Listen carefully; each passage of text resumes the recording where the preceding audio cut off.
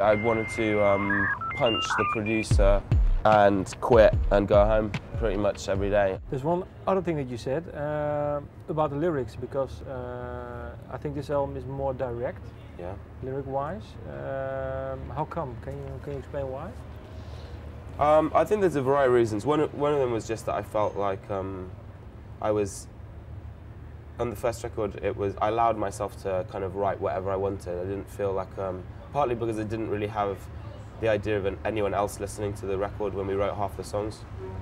So they would usually be quite fragmented, and there wouldn't be a kind of, I'd usually try and pack too many different things in a song. I felt like I'd want to write about one image and then something else, and I wanted to make a collage of different stuff, and I wanted to do that, and I think I did that.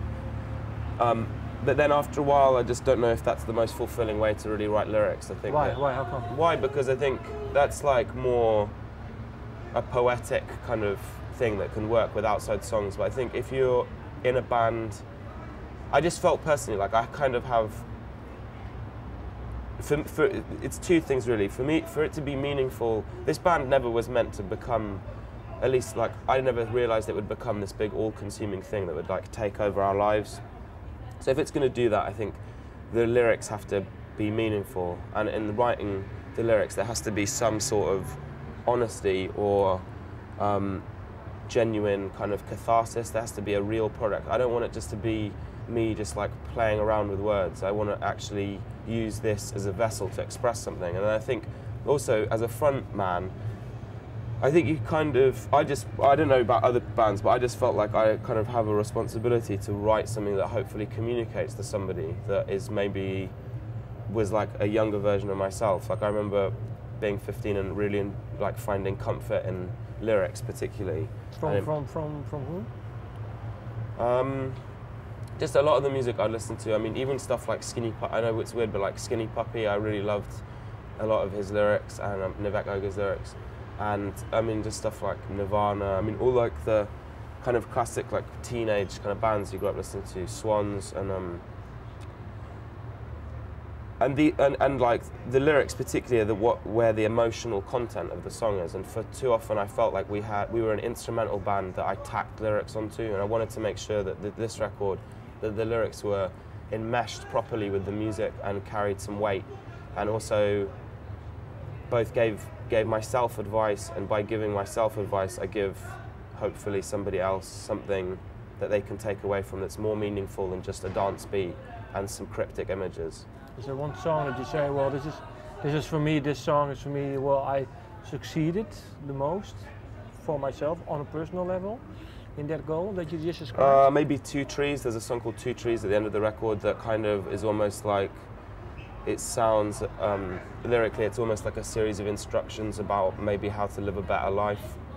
Often when we were writing the album, it was kind of, I'd be feeling like negative, or I'd be doing things that I shouldn't be doing, and then... Name me one?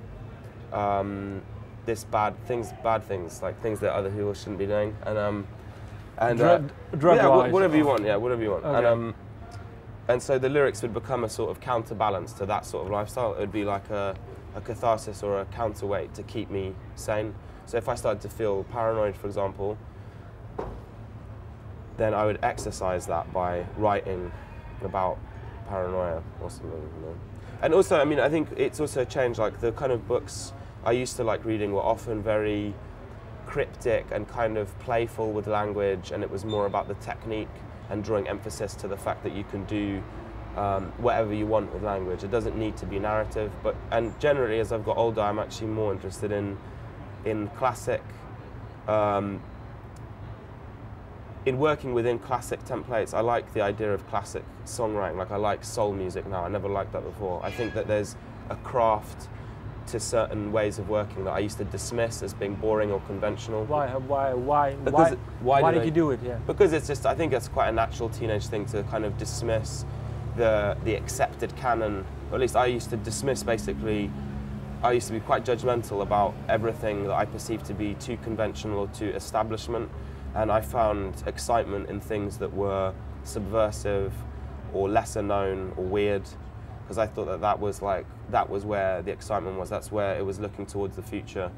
And I still think there's an incredible amount of exciting things being done on the periphery and on the avant-garde, but I just feel at the moment that it's almost like I need to go back and learn the rules before I can flip back out again. I don't think that this is like a square record or like a straight forward record, musically or lyrically, but it's definitely pays a bit more attention to the craft of songwriting, and part of that is making lyrics that express something that's universal. That's what I always liked about pop music, was and this is essentially a pop band, so.